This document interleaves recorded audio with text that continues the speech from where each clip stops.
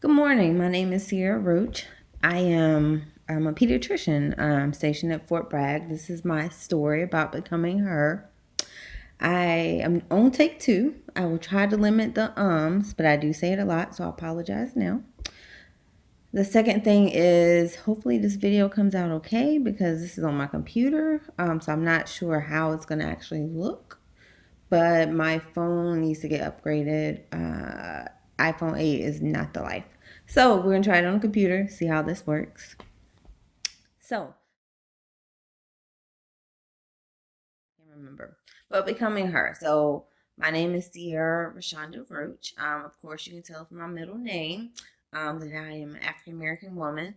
There's a lot of things going on in society right now. This video is not necessarily about that, but definitely I encourage you all to just examine yourself, pray. Pray for our society, pray for where we're going. And I challenge you to be a better person.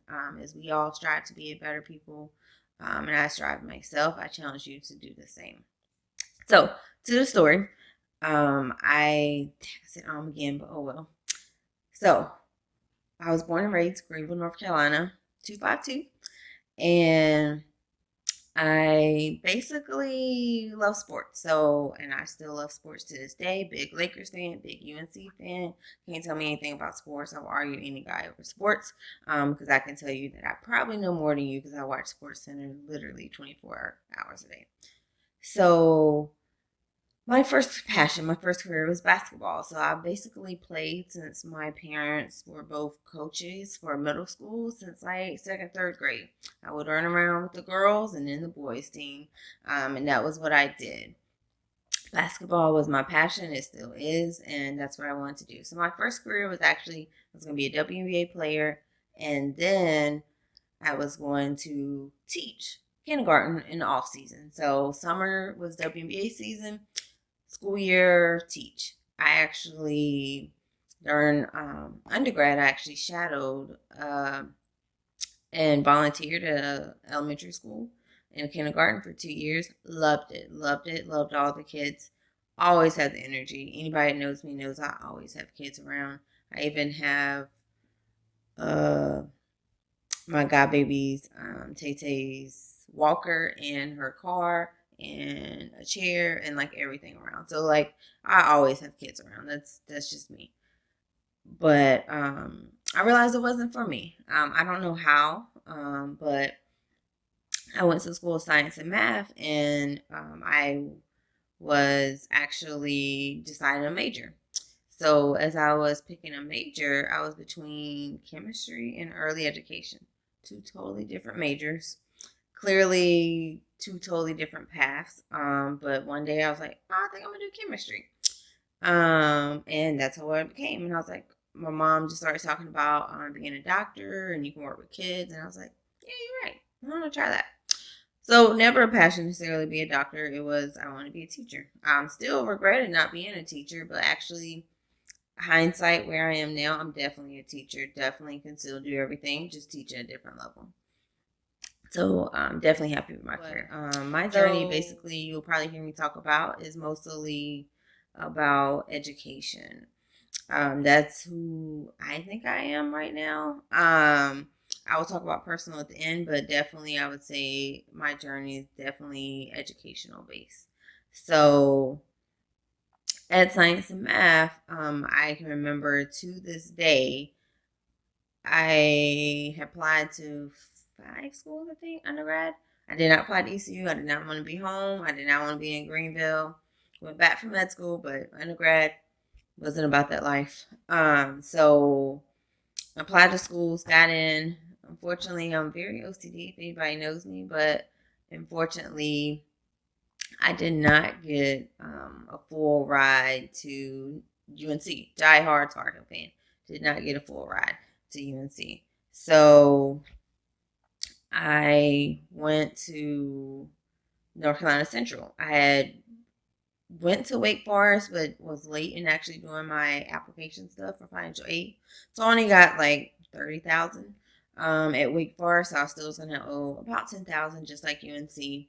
And end up, my mom said, "Well, you need to go where you got a full ride." Clearly, me, diehard Tar Heel fan, pissed. I literally cried for a week. No joke. I cried for a week in my dorm room. That's probably the most I've ever cried in life.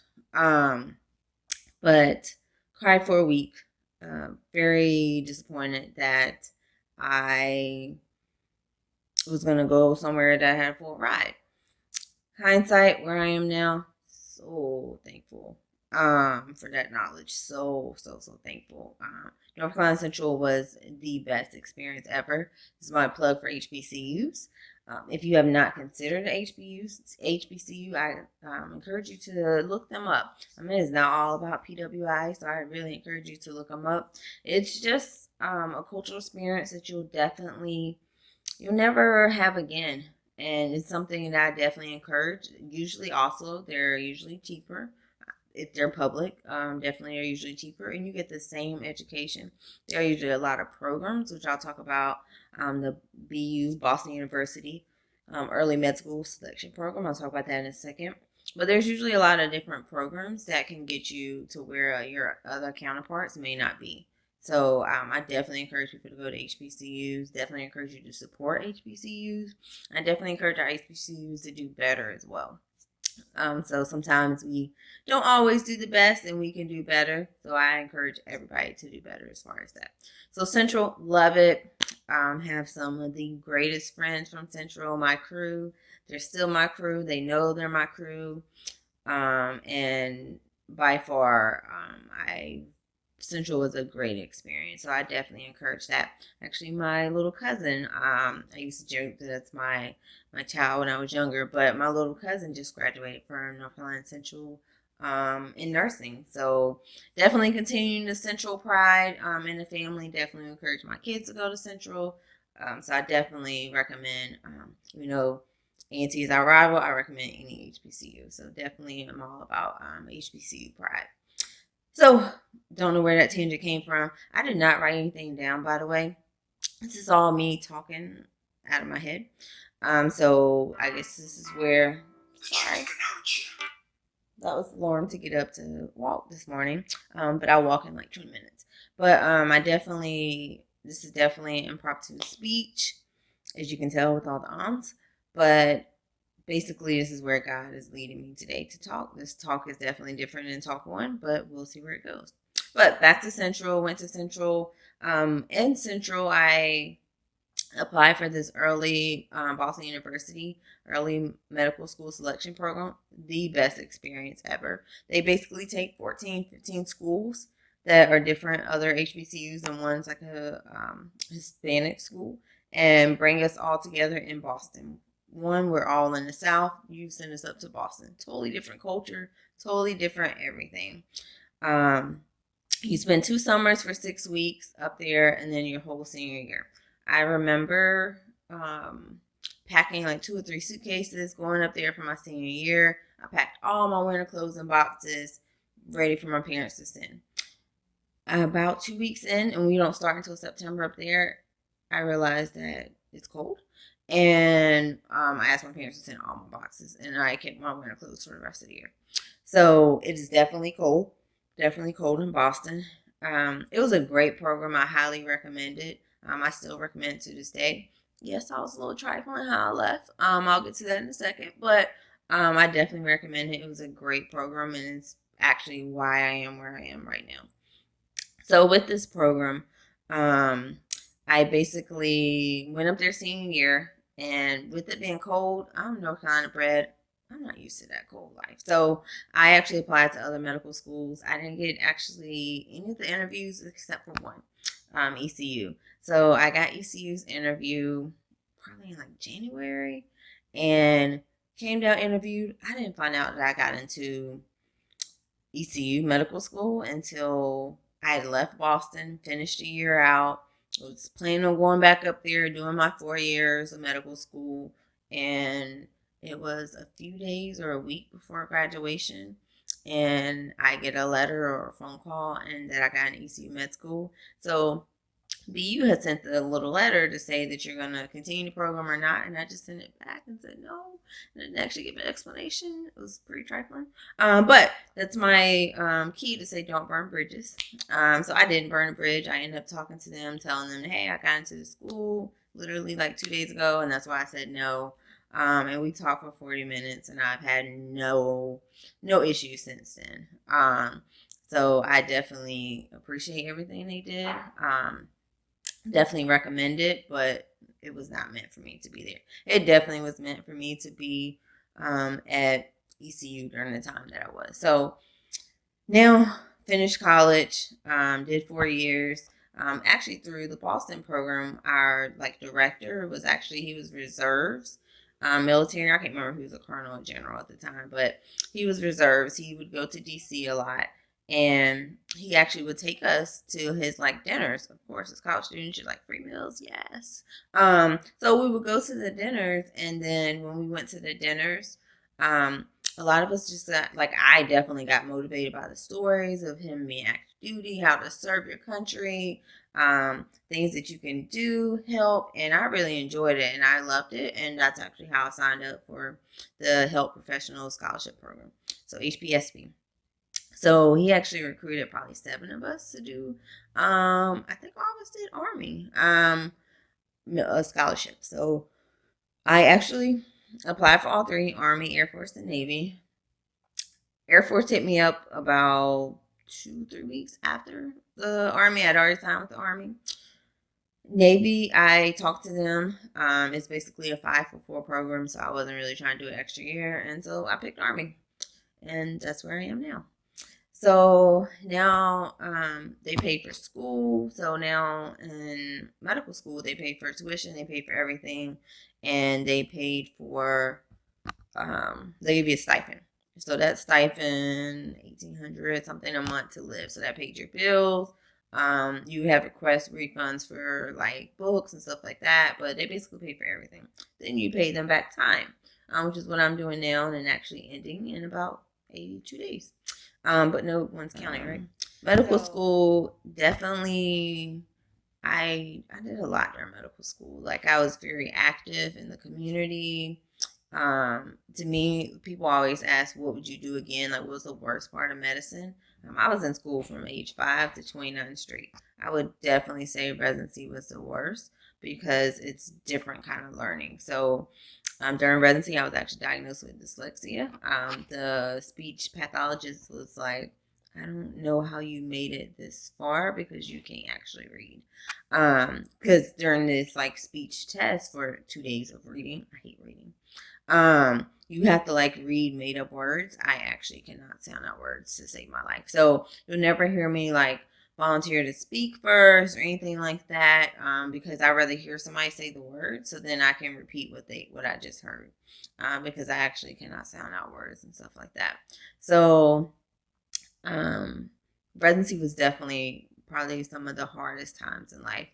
Medical school was actually not easy, but it's just straight education and you memorizing, and I really have a kind of a photographic memory where I can read a topic and I might didn't remember everything, but I can say, oh, that was page 15 at the bottom right, the 3rd or 4th line. That's just how my memory works. So definitely when you get to residency and stuff, it really tests your memory, and it tests a different way of learning that sometimes when you have learning disabilities is hard. So medical school, definitely a journey. It was definitely hard. The first 2 years to me actually weren't that bad. 3rd and 4th year, this is when you get in kind of your training residency. I actually failed my first 3 shelves. One of those being, it was surgery, pediatrics, and I think something else. I don't remember. But I want to be a whole pediatrician. How I felt the shelf. This is crazy.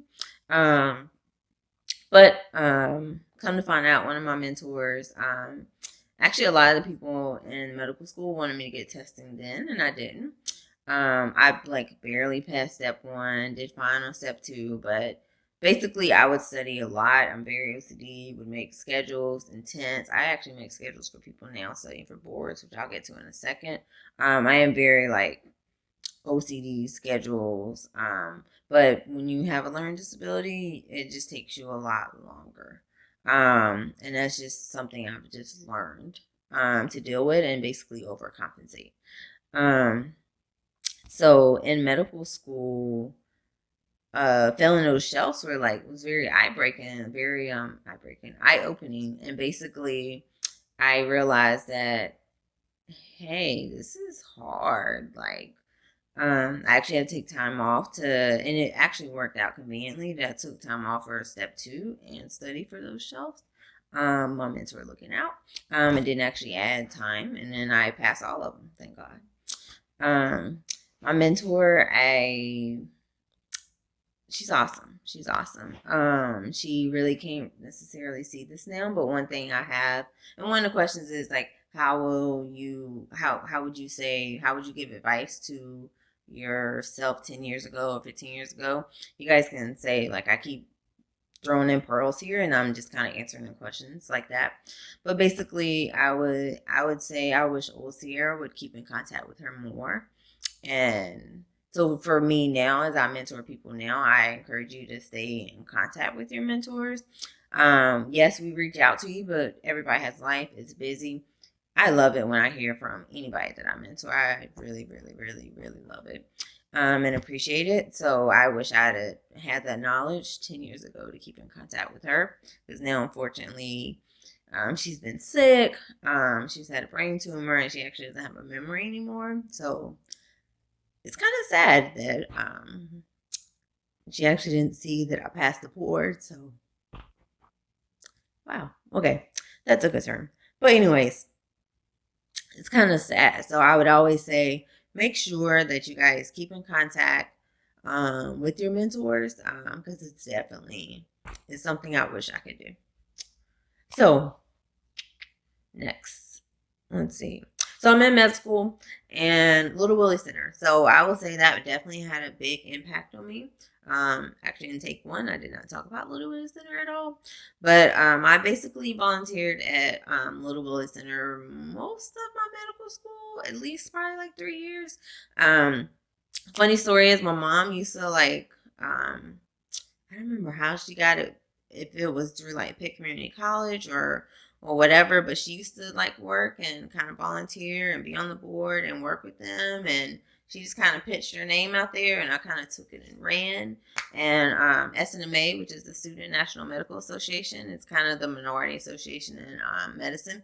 They actually still work with Little Willie Center. So it's great to see little pearls through time that, you start something and then it continues. So I remember being the president of Health Careers Club in undergrad and doing a career fair. I had a whole bunch of my colleagues, a whole bunch of my crew, still my crew, love my crew. We put on this health fair. It's so funny because the last video I recorded, I said my streets are dead. There was 3 kids riding a bike, and you see my eyes look. And so now there's 4 deers walking across the yard. So it's crazy, things that catch your mind or catch your eyes. And so sorry about that, guys. But anyway, they still do that health fair. So that's awesome too. But the Little Willie Center. So basically I started a science program, and basically I literally in med school was at Little Willie Center I swear 2-3 times a week. Some days I probably was there 4 days a week. I had to take myself back so that I would actually do my own studies, because it was fun. I was teaching them about science. It started out with the Albert Schweitzer scholarship program, and basically they gave me money to basically do whatever I was going to do. My project was to teach science to kids and get them motivated.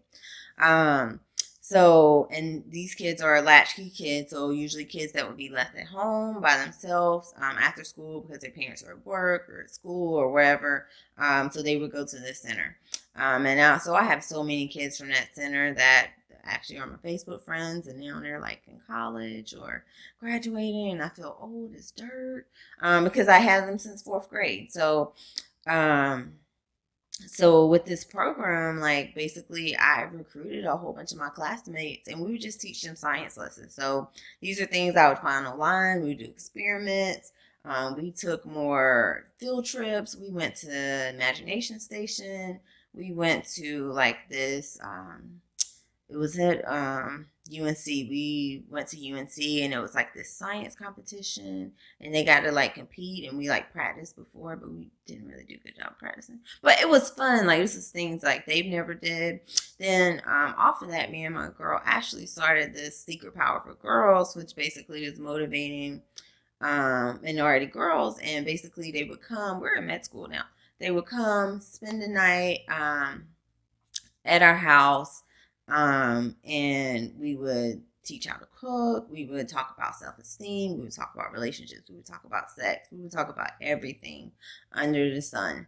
And it was awesome. Like, these, I guess it was 6 to like 10 girls that we did over 2 years. Like, it's so good when you see them graduate, and like, basically most of them have graduated with a college degree.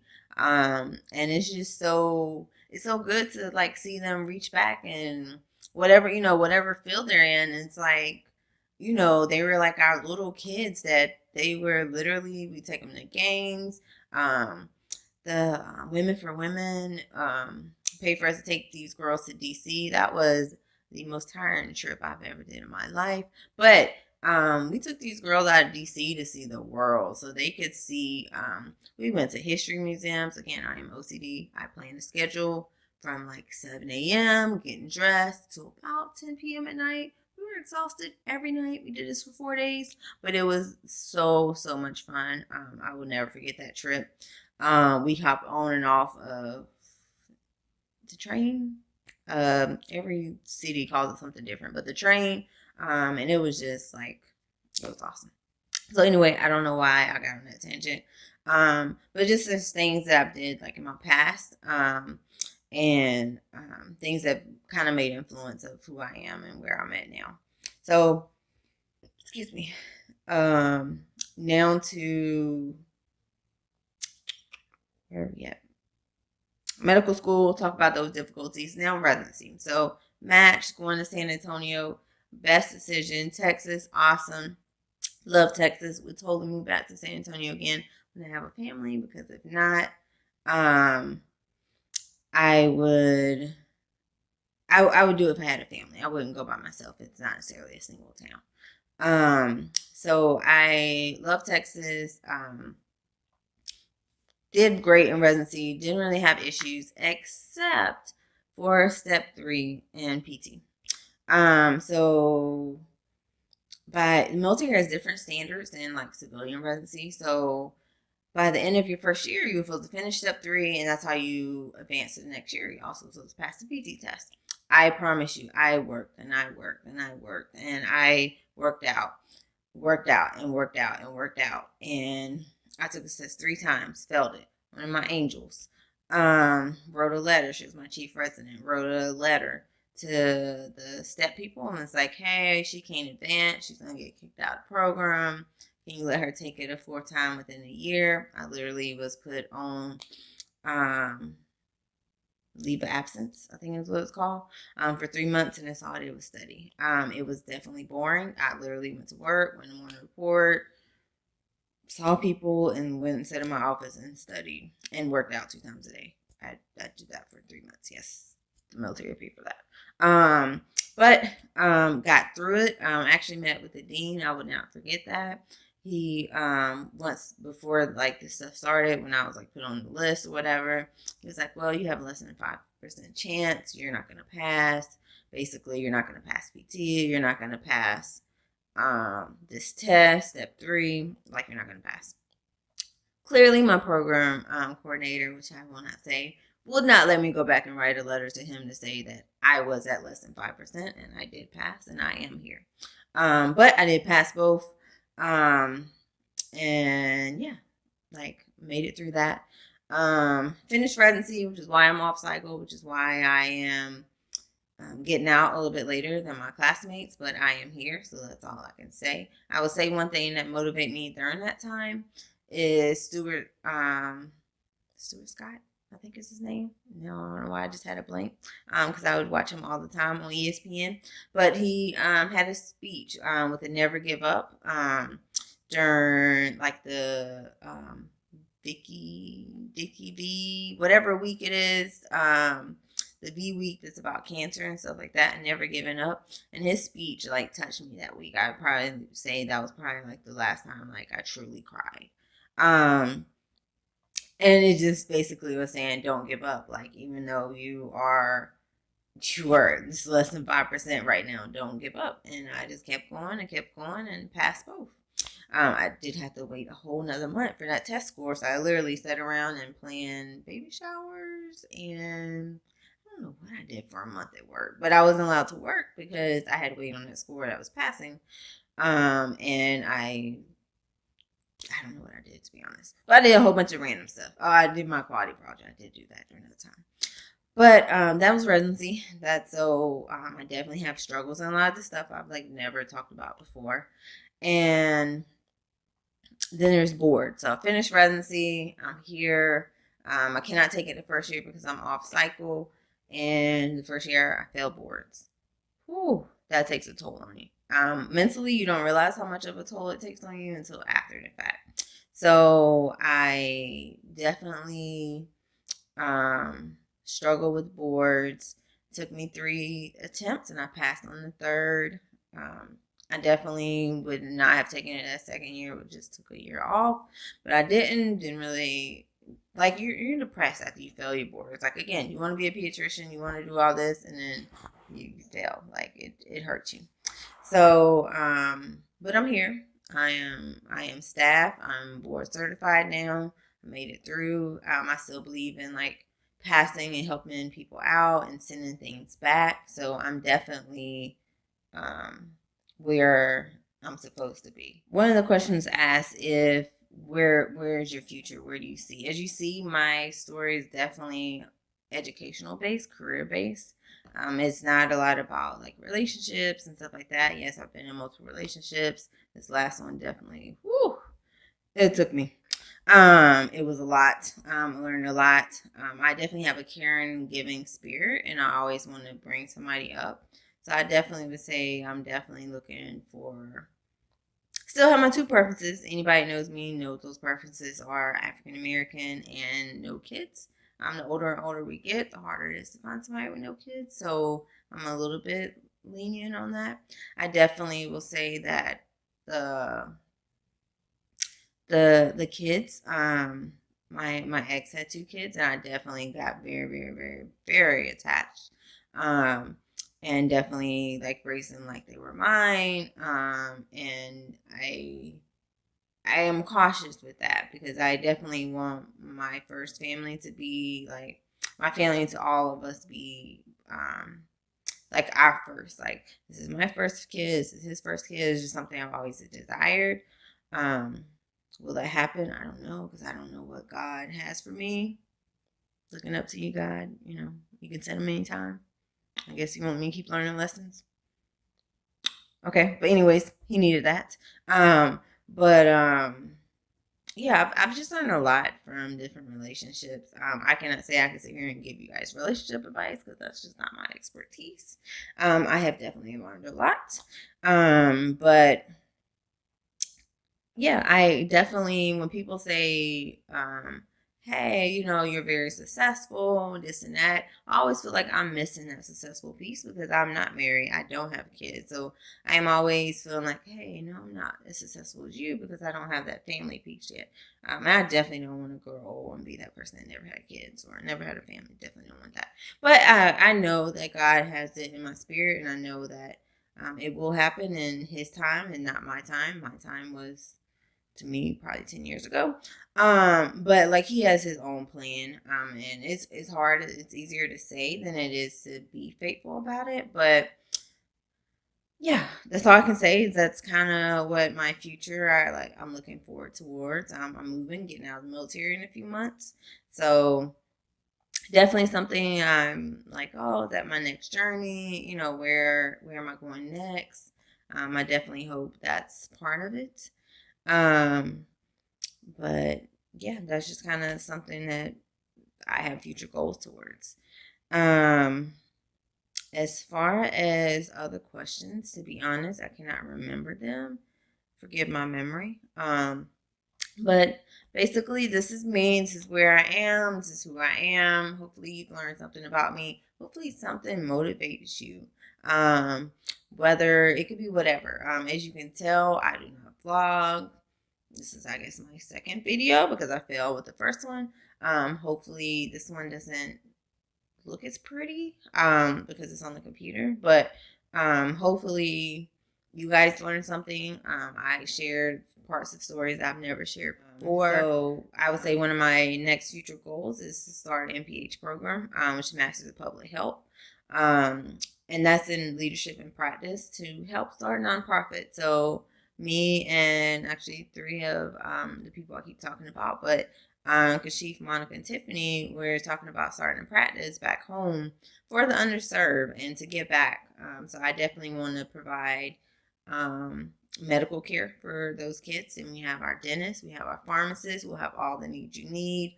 And then we have epidemiology. So, we got whatever kind of grants, research, whatever we need to do. I promise you, we'll be lit. I guess this video, I'm going to say it as 10 years from now, that's going to be our goal.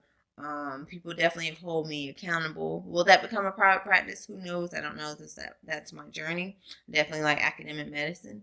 And I've definitely learned a lot as OIC of a clinic that being in charge of people is difficult. Whew, they test you.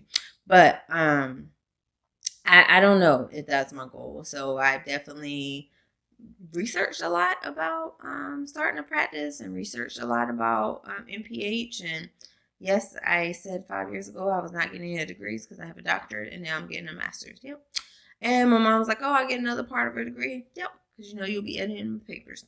Yep. So yeah, more to follow. I guess in a part 2. I guess Renee will give us whatever the part 2 topic is. But it's definitely been great talking to you guys. I hope you've learned something. Feel free to reach out. Renee, you can definitely throw my email down. People can definitely reach out. I always love to mentor. I always like to help people. So definitely, like, you guys are welcome to hit me up, ask me questions. Always tell people to, for one, always have a plan B. It's funny that I coached like basketball when I was in San Antonio, but all those guys on the team, all my girls that I mentored, like everybody that I've ever talked to, I'm always like have a plan B. It's funny that my plan right now is my plan B.